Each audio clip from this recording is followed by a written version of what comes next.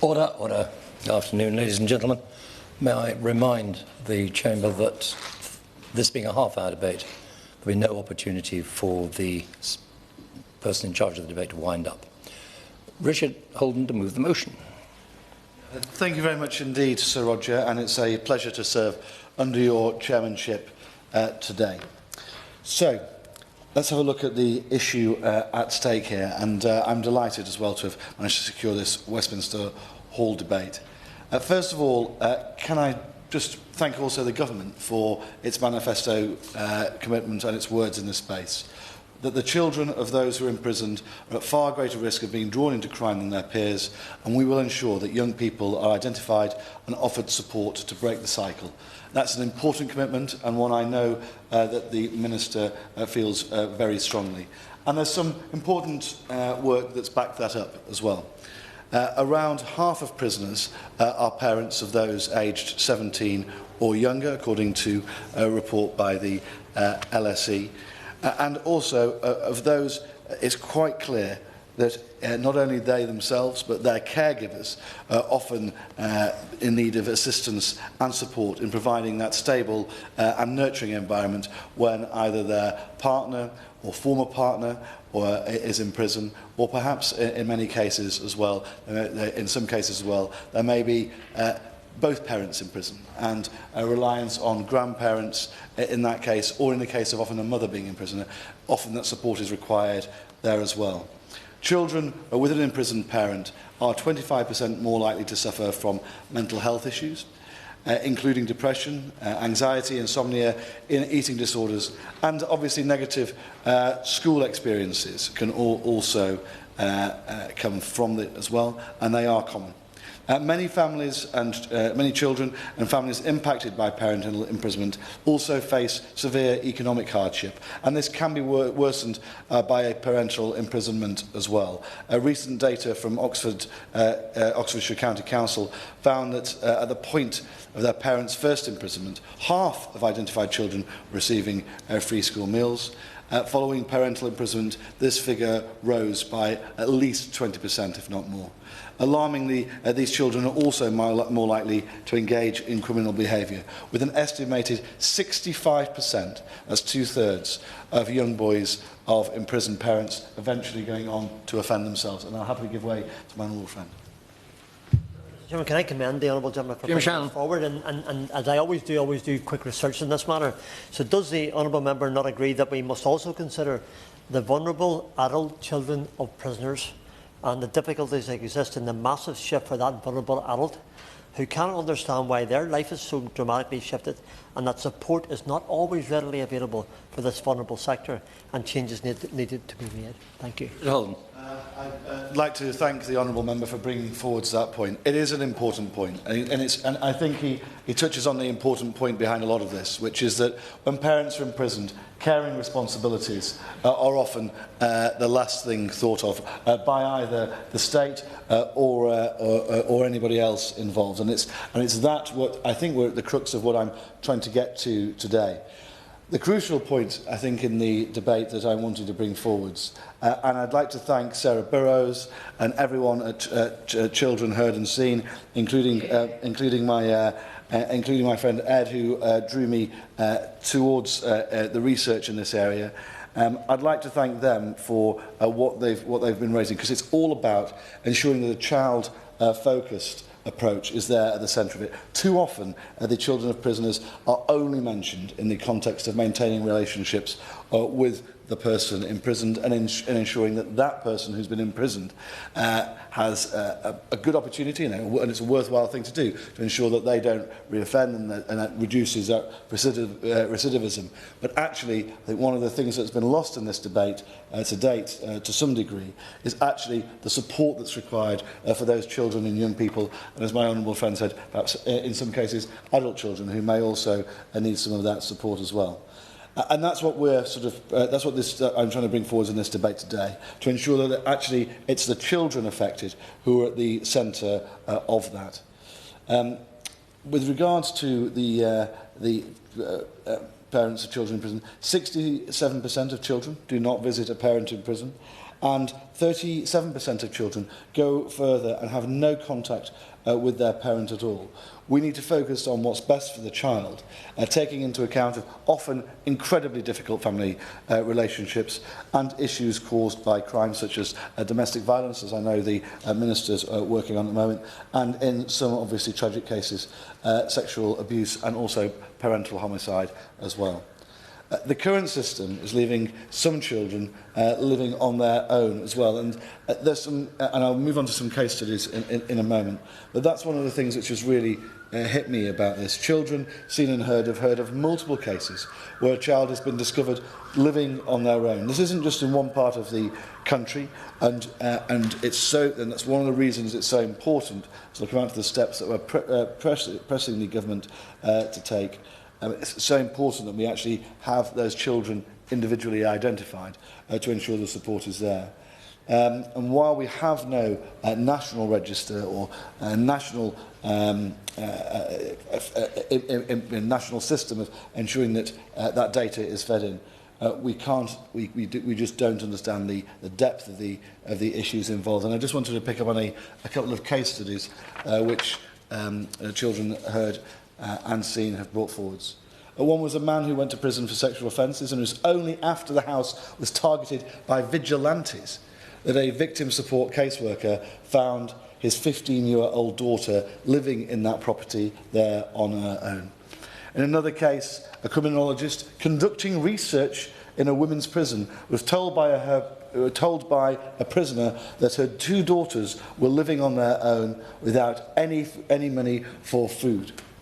A 16-year-old boy arrested at the same time as his parents.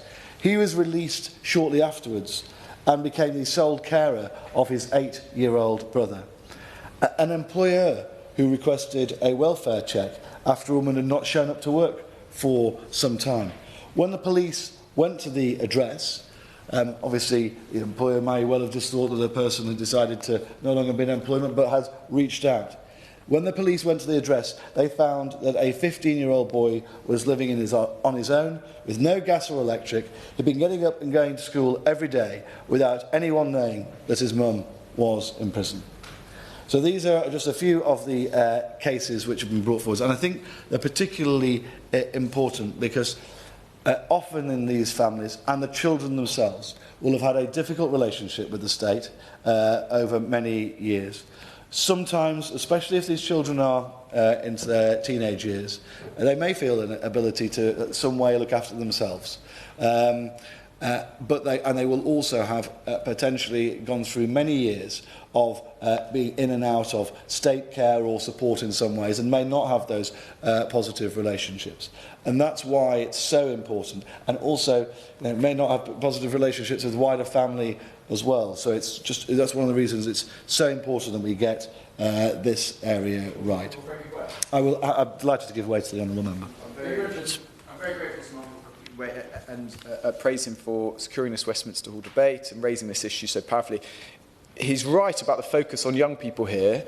That has to be the focus of the commitment. But it is also about the whole family and making sure that contact between parents and children and the wider family in prisons works for the children as well. So does he agree that this issue will help everyone and also help tackle reoffending as well? I can't agree with the honourable member more. I think he raises an important point. And I think, yes, obviously in many circumstances for families, and for individuals or children of prisoners. Actually, yes, it can help the prisoners, but he's also right in saying that those should be those are the sort of side benefits. Our concentration, I think, as a country should be on helping the children wherever possible of the prisoners. There is obviously wider family support and wider family networks we want to see brought into this where possible as well. And it may be the case, such as I spoke about in the case studies, where you may have situations where extended family, particularly if people are somewhat estranged, may not know that their child has gone to prison and that their grandchild is therefore trying to care for themselves at home. Some of those family relationships may have broken down. So this is another area where actually my honourable friend, the honourable member, makes an important point as to what we can do more. The government recently brought forward the first published estimate for the number of children prisoners, and that is definitely a welcome step. But in reality, we need a system to identify the children involved, not just an estimate of how many there are. I think the estimate is good for helping to determine some of those broader policy changes which may be required, and perhaps to help the government in working out some of the costs and where things may need to be. But what we're interested in, I think, on both sides of the House, is to identify the individuals who need that support and ensure that support can be provided. Because an estimate doesn't do anything to identify those most in need. A commitment to identify and support children with a parent in prison was obviously, as I've said, included in the Labour's manifesto. And Lord Timpson has stated it is one of his top priorities as Prisons Minister. Last week, in recent weeks, in response to being asked what steps they are taking to identify and support the children of prisoners, the MOJ have said that they are working closely with DfE to determine how to identify these children and provide that support. I really hope that as they're looking to do this, this does not need to be a lengthy consultation, because there are children out there today, and if it has been suggested that half of prisoners have children aged under the age of 18, then you're looking at tens of thousands of young people, and perhaps within that category, hundreds, possibly even thousands of them, who may be out there today without any proper support. I would urge them that the government that this doesn't need to be a lengthy consultation. Children Seen and Heard have a ready-made solution. In collaboration with Thames Valley Police, they have created Operation Paramount, the first ever mechanism of identification and support for children with a parent in prison. Paramount cross-references HMPPS data with existing police data to identify children left behind right from the point that an individual enters the prison's system. Data which had previously only been used to track a prisoner's movements through to and eventual release from prison is now able to be used to identify vulnerable members, family members left behind at the point of their imprisonment. Now, if this system is rolled out nationally and schools involved, and schools are also involved, the following solution, which I'll go on to identify, could act essentially as that national identifications system that I hope that honourable members across the House would like to see. And it's in two real parts. First of all is obviously to provide that identification, and the second is to provide that support for those children and young people. When an adult is sentenced or remanded in custody, a combination of the existing prison service, police and local authority data should be used to identify the home address of a child linked to an offender. I don't think this is too much to ask, because all that data is already there. Point 2 should be that a designated safeguarding lead at the children's school is notified before the start of the next working day. This could include registered nurseries, preschools and childminders. And I'm particularly interested as well by the point made by the Honourable Member for Strangford, that perhaps in other cases of older specialist adults, that something should be looked at in that space as well. The DSL is then the designated safeguarding lead within an education setting, particularly. We should be then able to liaise with other members of staff and external agencies as necessary to deliver the appropriate support for a child in question. I would also, on my third point, ask the government to consider looking at one other thing, and that is that children with a parent in prison to be made potentially element for pupil premium funding. We do this to support children of parents in other circumstances, and I think looking at those reoffending rates, it would be worth looking at this, because if we can get some of those reoffending rates down, we could actually see this being a very good investment for the long term as well. And while I'm obviously speaking in a backbencher capacity today, I think certainly looking into this space would be something that could perhaps even get cross-party support in the future. Point 4 is that children with a parent in prison we need to ensure that they're no longer left living on their own. If we can identify and provide the necessary support from the earliest stage, we can help mitigate some of those impacts I talked about in my opening remarks, whether that's around children living in absolute poverty, whether it's around children going on to become offenders themselves, and actually children being left vulnerable to crime themselves as well within their own homes and in their own communities, and ensuring that they get from the earliest possible stage the support to mitigate the impacts of their parents' imprisonment and their parents' wrongdoing. I don't think in this day and age we should be punishing children for the crimes of their fathers or indeed their mothers. And I shall allow the Minister to respond. Thank you, Mr. Chairman. The question is that this House has considered support for and identification of the children of prisoners. Minister, Alex Davies-Jones. Thank you, Sir Roger. Can I start by thanking my friend, the Right Honourable Member for Basildon and Billericay, for securing this really important debate today. I think he outlined quite eloquently why we cannot underestimate the impact of parental imprisonment on both children and their families. The Right Honourable Member reeled off quite a lot of stats, quite a lot of figures, but then powerfully backed it up with those stories of those children. Every one of those numbers is a child. I will happily give way. Thank you. On that point, I couldn't help but to notice that when the Honourable Member was listing the impacts felt by the children of prisoners, that they struck a striking resemblance to the impacts felt by the children of deployed armed forces personnel. Will the Minister agree? Thank you. Minister. I welcome that intervention. I think it's, as I'll go on to explain in my contribution, I think it's difficult for any child when a parent is taken away and is not able to be with them. Speaking as a parent myself, having to be away from my child 4 days a week, it's really, really difficult.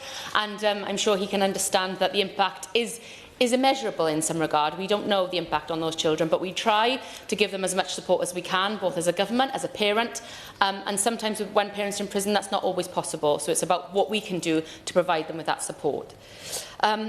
Growing up with a parent in prison is, for so many children, incredibly tough.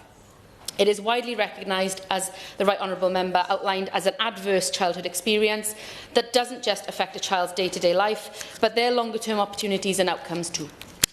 We owe it to every child with a parent in prison to make sure that that disadvantage does not become ingrained from generation to generation.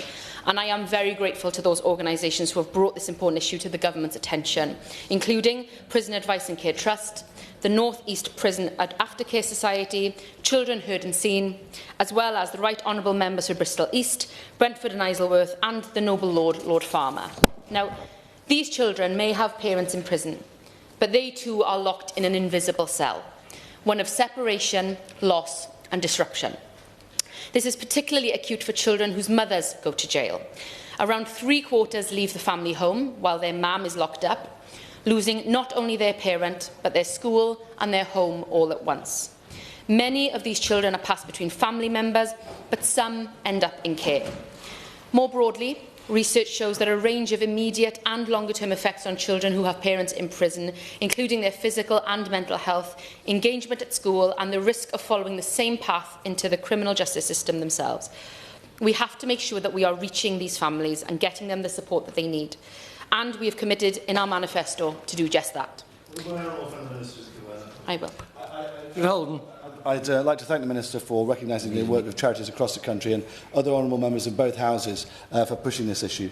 Would you also agree with me and welcome the work, particularly a couple of weeks ago, of BBC Radio 4's Woman's Hour, who devoted an entire week to this subject and had the honourable member for Rother Valley and myself on to talk about this issue? Because I think in doing so, they've really brought to life some of the stories that we're debating in the House today. I welcome that intervention and I wholly concur with his comments. I couldn't agree more. It's really, really important that we talk about this more to try and remove some of the stigma, to remove some of the curtain and unleash some of this to the public and it's really, really welcome that we're having this debate today to do just that as well.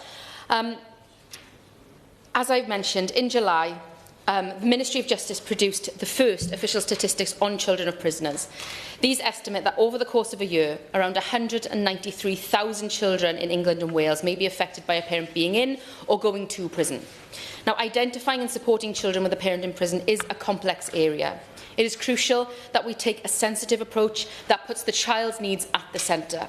My honourable friend, the Parliamentary Under-Secretary of State for Education, has responsibility for children and families, and our officials are working closely together to deliver this commitment as soon as possible. We are taking a wide approach with a focus on providing whole family support that will improve the overall life chances of children and families. And where appropriate and in the best interest of the child, this will include supporting the parent in prison to maintain, build and improve their relationship with their children. This has been shown to smooth reintegration into family and community on release from prison, and this in turn reduces the risk that the individual will reoffend, improving the outcomes for the whole family.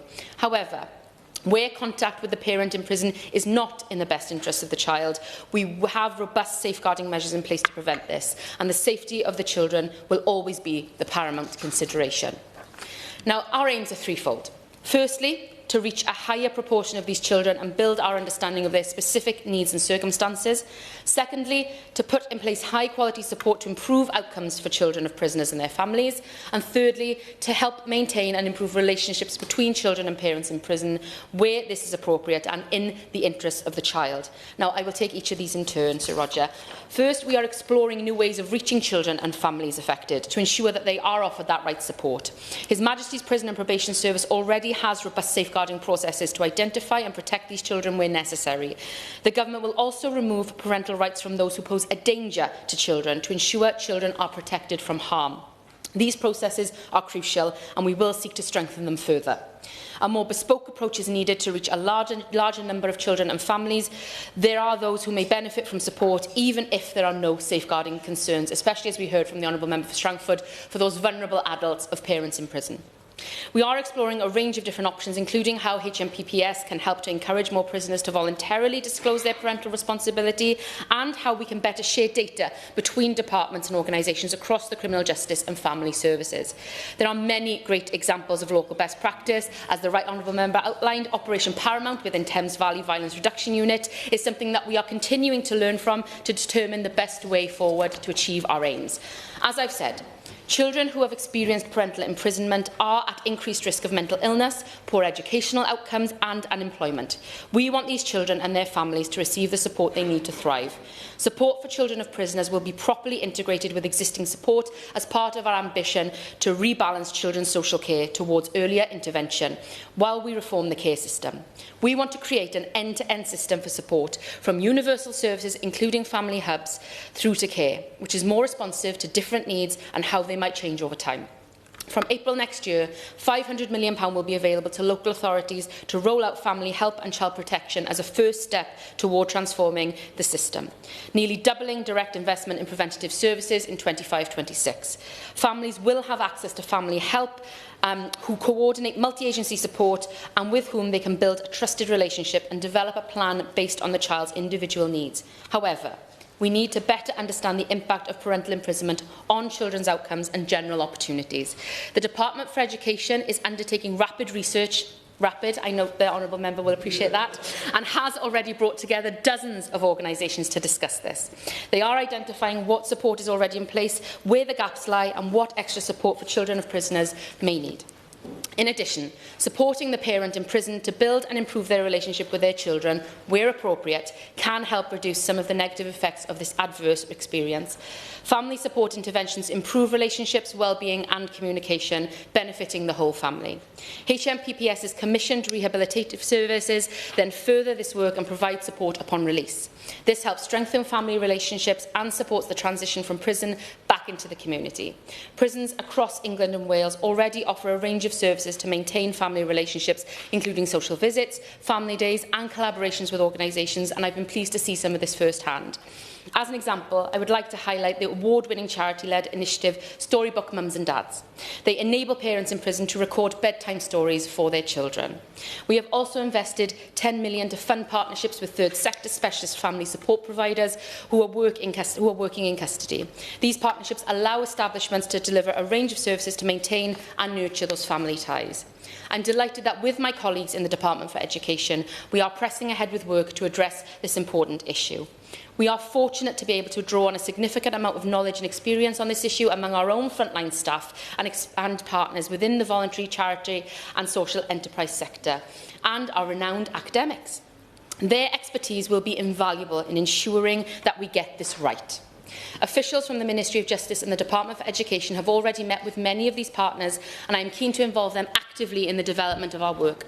My colleague Lord Timpson has met with the Children's Commissioner for England to discuss this issue, and together with my honourable friend, the Parliamentary Under-Secretary of Education, they will host a roundtable in the new year to further capture the views of the experts. This government recognises the significant impact of imprisonment on women with dependent children.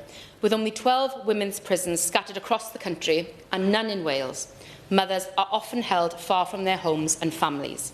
Pregnancy, mother and baby liaison officers work in women's prisons to identify and signpost support for women who are pregnant and or have been separated from young children. We are also testing new roles to help women maintain family ties, including prison-based social workers and resettlement family engagement workers. We are also establishing a Women's Justice Board to provide strategic vision and direction on reforming women's justice, with the ultimate goal of reducing the number of women in custody. Amongst other areas of work, the board will have a focus on issues specific to pregnant women and mothers with young children in the system. More fundamentally, our wider measures aimed at driving down the imprisonment rate we inherited from the last government, such as our review of sentencing and focus on reducing reoffending, will help reduce the numbers of being affected by this issue and hopefully keep families together. In closing, Sir Roger, this government wants every child to flourish. That means making sure those affected by parental imprisonment are properly supported and afforded the same opportunities as their peers.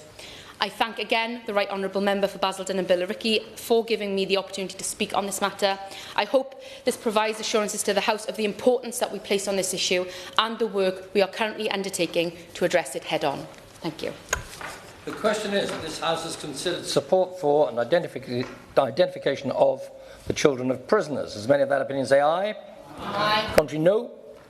Ayes have it. Order. Order. Suspend until 4. Sitting suspended until 4:30.